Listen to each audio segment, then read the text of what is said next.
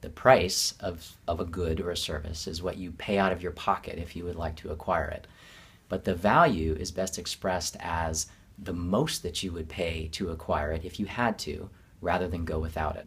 Prices for water in California are, for most people, still relatively low. If you look at average household water bills, they're probably less than average household cell phone bills, right? And yet water is so essential.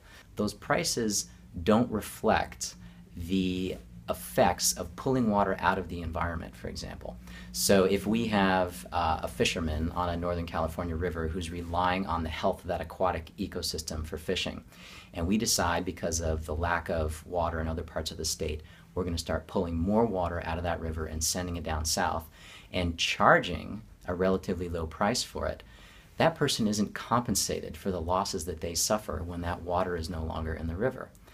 Although water pricing would probably mean people generally pay more for water, and there would be significant shifts in where water is used throughout the economy, what you would eventually see is that water goes to its most highly valued uses when there's a good price mechanism.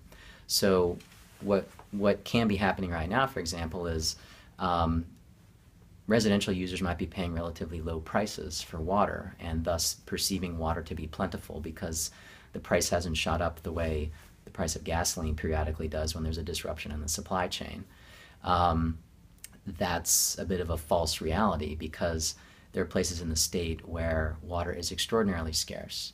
And part of the reason it's scarce is because the price has been low and so we've been pulling a lot of water out of these systems, not really aware of the opportunity costs that we're creating, the foregone value that is associated with that. And so increased prices over the long run would tend to sort of rebalance things.